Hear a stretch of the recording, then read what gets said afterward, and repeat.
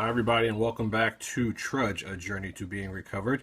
I am your host. My name is Dexter. I am a recovered drug addict and alcoholic. How are you guys doing out there today? I'm doing quite well. And this week, in submission number 11, we are going to finish up Bill's story. Last week, I ran out of gas, and we only have a couple pages left, but that's where we're at with this work. To this point, we've done quite a bit of busy work with the headlines and points of interest, the preface, the forwards to editions 1, 2, 3, 4, the doctor's opinion, and now Bill's story. Once we get through Bill's story, we're going to start working steps.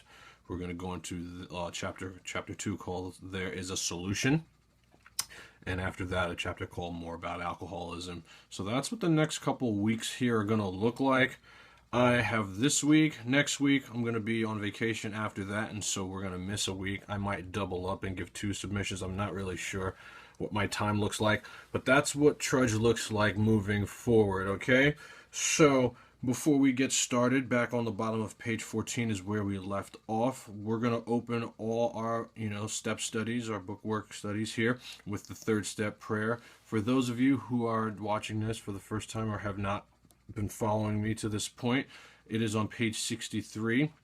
For those of you who have, this is highlighted pink. This is the prayer that I was taught. This is what my program really starts and ends with, and that's the power of God through the words of this prayer.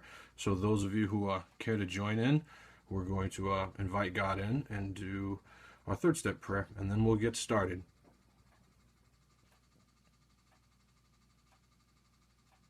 God, I offer myself to Thee, to build with me and to do with me as Thou wilt. Relieve me of the bondage of self, that I may better do Thy will. Take away my difficulties, that victory over them may bear witness to those I would help of Thy power, Thy love, and Thy way of life. May I do Thy will always. Thank you, those of you who joined in. And let's get right back to work. The last paragraph on page 14 is where we ended up to this point. We are where Bill has just had his spiritual experience, so to speak, in Towns Hospital the night before. And he's talking to Dr. Silkworth about what had happened. And Dr. Silkworth, can't really get a grasp on what he's saying. But he is telling Bill that whatever has happened to you, you better hold on to it. Because the way you are now is much, much better than the way you were. So he's recognizing that there's been this psychic change in Bill. And he doesn't know what he's done to attain it. But he knows whatever it takes to keep it is what he is, trying to get to, convey to Bill, that you have to do what it takes to keep this. So the last paragraph opens up. It says, my friend had emphasized the absolute necessity of demonstrating these principles in all my affairs. The friend is Ebby Thatcher, the man that came in 12-step Bill in Bill's New York apartment while Lois was at work. I have the words all my affairs highlighted. Now, for my first 11 years, I was abstinent and devoid of the substance. I didn't drink, I didn't pick up, but I most certainly wasn't demonstrating spiritual principles in all my affairs. And when the push came to shove, when the rubber met the road, I had no tools, and I almost went out. I believe this is why a lot of people go back to drinking and drugging, because they don't have the tools. They weren't they're not demonstrating these things in all their affairs. Me, clean, sober for sure, but embezzling was part of my story. Stealing, infidelity, manipulation. There's no practicing these principles in all your affairs. Being involved in things like that. At least that was my experience. The next couple sentences all through page 15, these are going to all be highlighted orange, guys. It says, particularly, was it imperative to work with others as he had worked with me. So again, we're going to go ahead and underline that where it says work with others as he had worked with me. I believe the Big Book talks about the same things over and over and over. It just uses different, examples of how to convey them to the reader. One major one is working with others. There's a whole chapter, step 12, that's devoted to that, and how, we've previously done some POIs that have really touched on how nothing will ensure more permanent recovery than one alcoholic working with another. This is Ebby really telling Bill that what I did for you, it's important for you to do this with another person in an effort to stay recovered. It goes on to say, highlighted orange, faith without works was dead, he said. And, that just means you're not going to, you can believe all you want, but until you put some juice into it, until you put some effort into it, you're going to get nothing out of it. I can believe the world is flat, but until I'm, willing to go out and find out if it is flat, how am I going to know? I can believe anything, but until I put some work and some research into it, some effort into it, it's never going to really come to fruition for me. That's what faith without works is dead means. And how appallingly true for the alcoholic.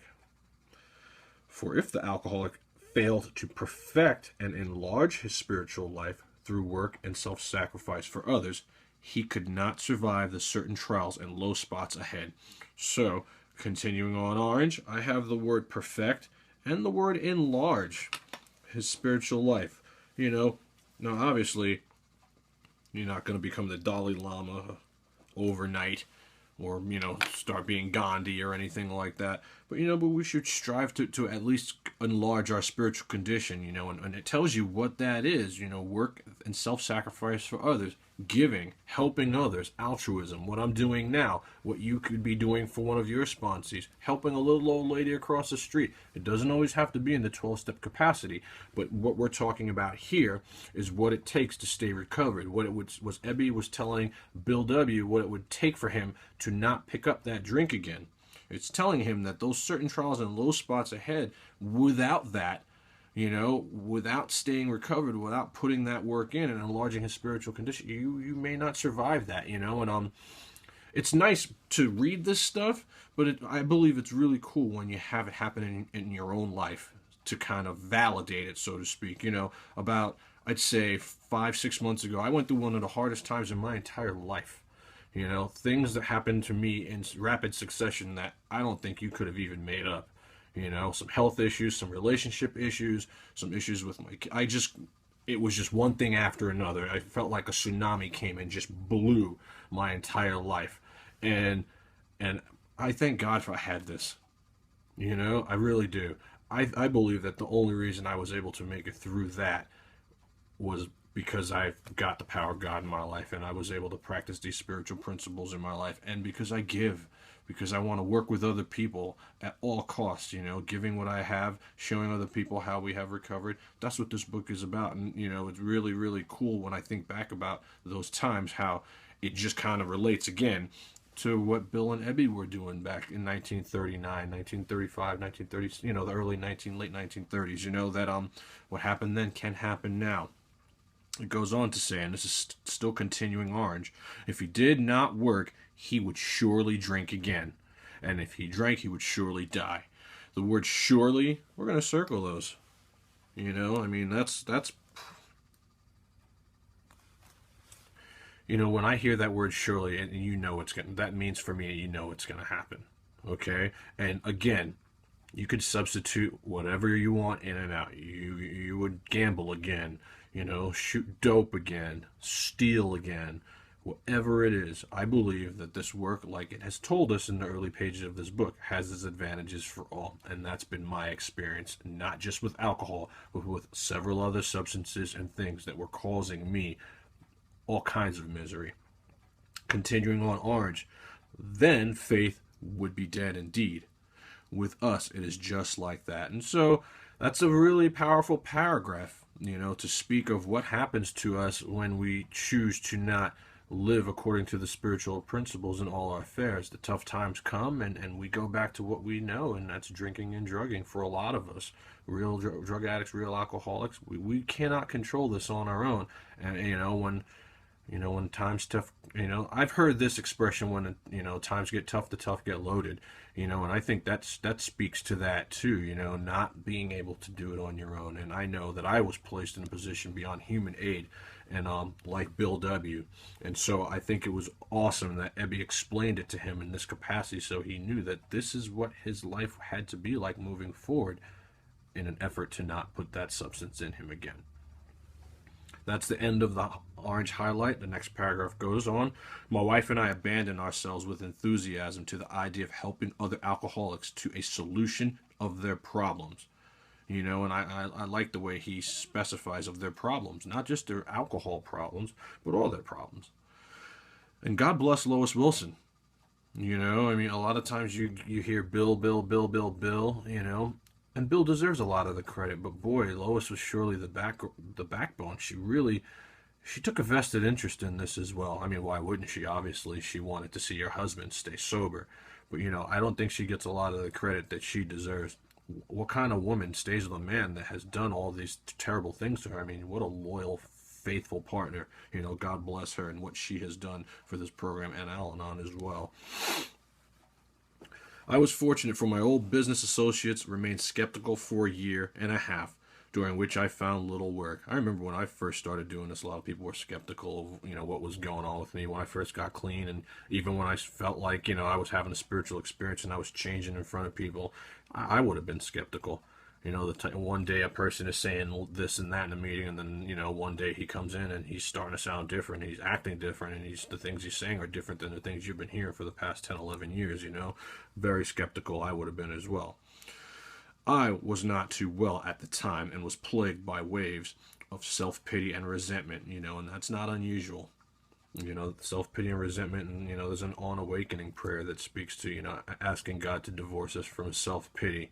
You know, and that's in step 11, which we'll get to in a couple months. This next sentence is going to be highlighted. No, it's not going to be highlighted, excuse me, guys. It's going to be underlined. And it says, this sometimes nearly drove me back to drink, but I soon found that when all other measures failed, and then this next part I have highlighted, and we're going to underline it too. It says, work with another alcoholic would save the day. So, today, I know I'm not going to drink today. I just, you know, I'm convicted. I feel like God's will for me is not to drink. And I know that by working with you, the viewer out there, by putting this half an hour, 40 minutes, an hour of my time in an effort to helping another drug addict or alcoholic out there, you know, I'm going to feel good about who I am. And that problem is going to stay removed. I get to stay recovered. Work and self-sacrifice for others is how we stay recovered. That's how we enlarge our spiritual life. There are other things that we can do. There's no question about it. We're not making any sole vocation of just this, but this is the core of it. This is the crux of it. This is the gift that Ebby gave to Bill, that Bill gave to Bob and Bill gave to Bill D, and then it just mushroomed to the point where people like you and I today can have it. Many times I have gone to my old hospital in despair. On talking to a man there, I would be amazingly lifted up and set on my feet. This is going to be underlined. I have stars around this too. It is a design for living that works in the rough going, you know, and again, you can read about it in a book, but when you see it manifest itself in your life, you know, when you're able to get through storms, things that other people don't get through, you know, it's convincing, you know, convincing testimony came from this book when I applied these principles in my life, that there's nothing that I would be able to get through, you know, without having to drink or drug. You know, and again, the word that comes to mind is altruism. You know, what are we doing to help someone else? We commenced to make many fast friends, and a fellowship has grown up among us, of which it is a wonderful thing to feel a part. I'm going to have this next sentence underlined and highlighted yellow for promises. It says the joy of living we really have even under pressure and difficulty. You know, life's hard, man. I just spoke to one of my, you know, sponsees today. Life doesn't stop being hard because we get clean and sober, you know, because we get recovered. Life doesn't, it's just, we don't start riding unicorns and rainbows are all over the place. Life is hard. You know, people die. Sometimes we get laid off. You know, sometimes the rent gets raised. You know, I had some health issues. Sometimes we get sick. But we still have the joy of living despite the rough times. You know, that's one of the promises that comes to you from being recovered as the result of doing this work. Even under pressure and difficulty, my life is great. I got bill collectors banging my door down. I got health stuff, like I said before. You know, my life's not, you know, 100% wonderful. But believe me when I tell you, at the same time, it's 100% wonderful. It really, really is. And I believe those of us who have had spiritual experiences can relate to what I'm saying. It goes on to say, I've seen hundreds of families set their feet in the path that really goes somewhere. Have seen the most impossible domestic situations righted. feuds, and bitterness of all sorts wiped out. This is what Bill's telling you. He has seen this firsthand with families and friends. This has happened right in front of him. I have seen men come out of asylums and resume a vital place in the lives of their families and communities. I mean, that's huge. You know, can you imagine seeing someone tore up from the floor up, someone that no one gave any chance whatsoever to ever get well, now take their place not only among the living, you know, but to become spiritual beings that are out there helping other peoples and become vital parts of their families or community. That word vital is huge. We always circle that, the life and blood of their families and communities. That's just tremendous, you know. And a lot of these, yeah, they're feel-good stories, but this is real stuff that's happened to many of us, you know. And I believe you, the viewer out there, you know someone that this may have happened to, whether you know it or not. Business and professional men have regained their standing. This is POY. This is the profound promise of Alcoholics Anonymous. I have it highlighted orange, but I also have it underscored yellow because it is a promise. And it says, there is scarcely any form of trouble and misery which has not been overcome among us. You know, the word scarcely is circled, and the words any form are circled.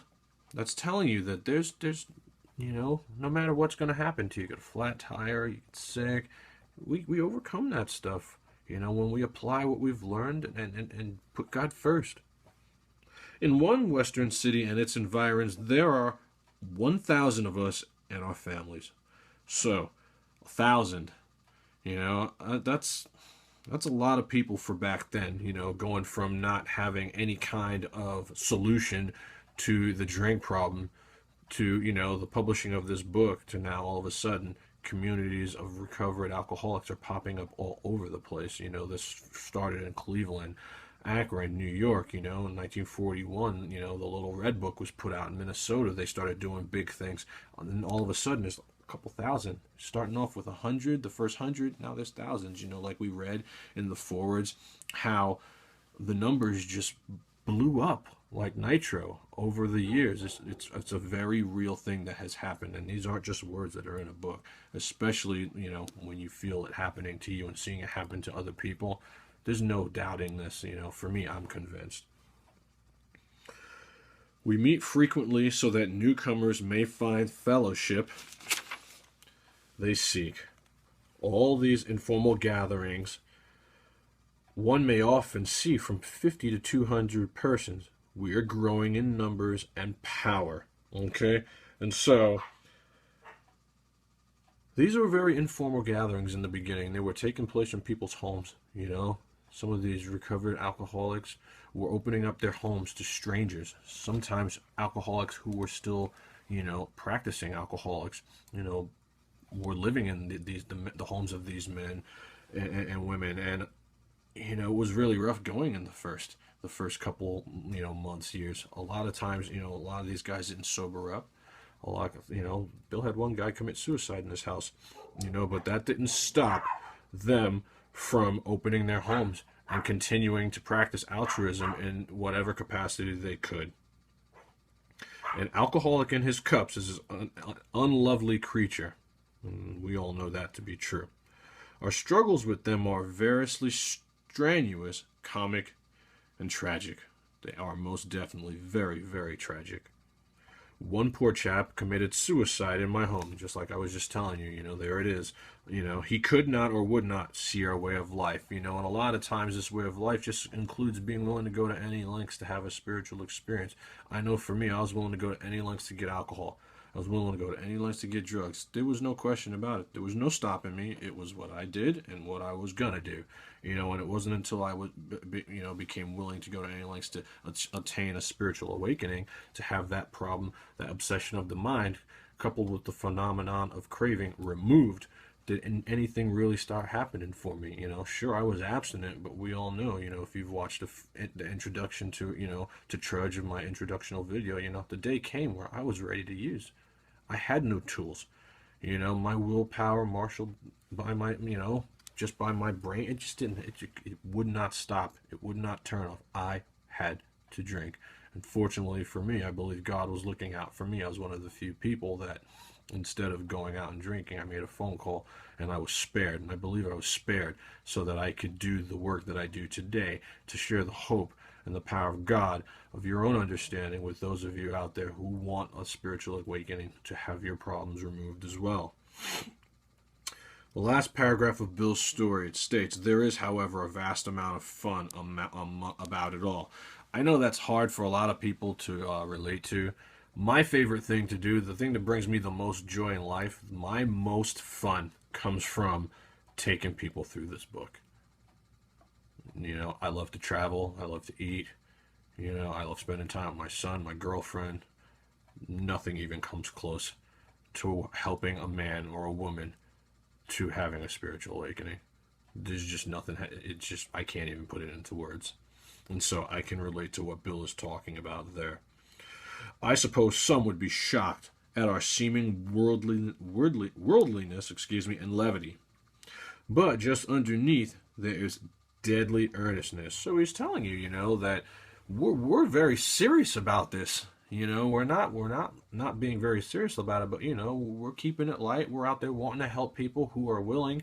You know, I'm not throwing big books at people. You know, we're not wagging fingers and telling people you have to do this. You know, we're not on some type of evangelistic phase, when, you know, not preachy. You know, I went through that. I learned that the hard way. We don't do that. You know, Ebby never ranted to Bill. You know, he simply smiled, you know, and he told him what had happened to him. This is going to be underlined. It says, faith has to work 24 hours a day in and through us, or we perish. You know, when I think about perish, I think about the Titanic.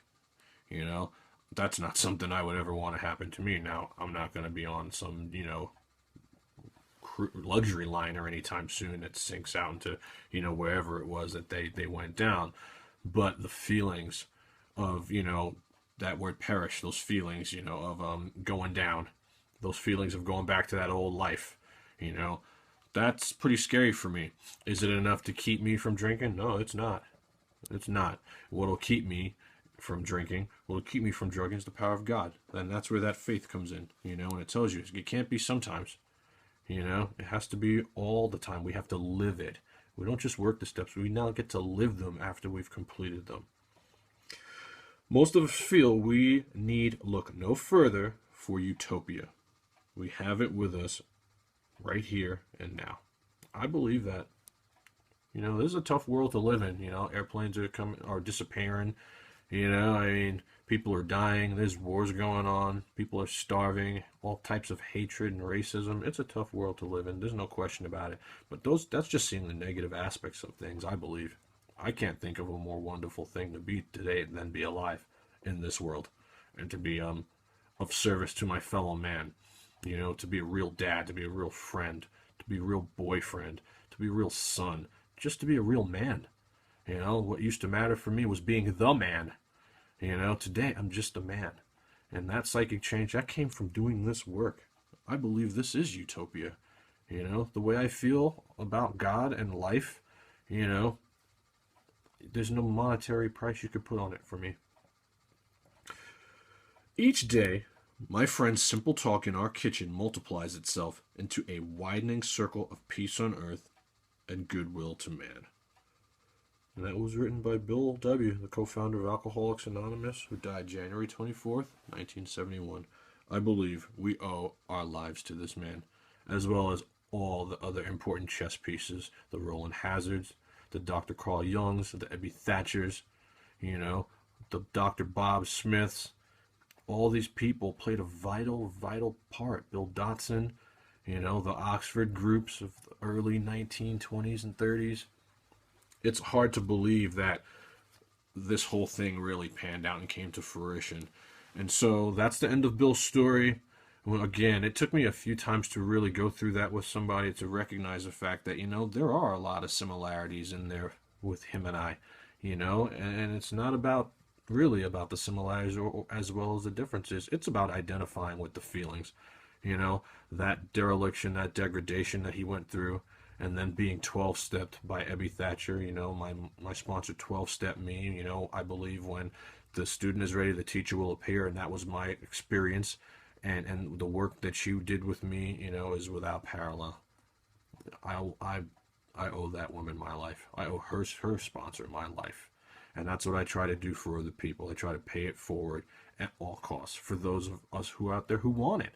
Again, contemporary AA groups are saying a lot of different things than what's coming out of this book, and that's fine. I'm not here to slam how anyone else works their program. I work my program the same way. That it reconciles with what's coming out of this book, you know. And if it's a misconception that you have to do that too, I'm just here to help those people who want to have a spiritual awakening. If I can get you to that point, so you'll have your problems moved. But if not drinking and going to meetings, or you know, just saying no, or just for today works for you, dude, God bless you. You know, that worked for me for a time. And that's how I lived my life. And the day came that, you know, I would have put a bullet in my head. And that's just my experience. It doesn't have to be yours. Today, I'm grateful that I feel comfortable enough to call myself a recovered drug addict and alcoholic. You know, I don't have a cure. I'm not a man with a cure, but I know that through work and self-sacrifice for other men and women who struggle with the disease of alcoholism and addiction, I get to today have that problem be removed. To me, there's no greater gift that I could ever be given or have been given. And so that's what I strive to convey to you out there, the viewer. So we have a short submission of Trudge today, and that's okay. We're just under 30 minutes. I'm not going to go into there as a solution. We will start that next week. And then the week before I go on vacation, I'll probably do, you know, 2 of them at once to put them out there. I believe staying on top of this commitment is of paramount importance, especially if, you know, knowing that there are people who are out there watching. For those of you that don't know how to have this video sent to you each week, there's a subscribe button that YouTube features from my page. You just click that, and every week it'll send you an email, or I believe it will send it right to your page if you have a YouTube account of when these are up and ready for viewing. So that's all I have this week. Again, I thank you guys for allowing me to be of service. I'm a recovered alcoholic. My name is Dexter. And until next week, remember to pay attention, to pay it forward, and to rely on God and not on others. Until such time, my friends, thank you again. Namaste.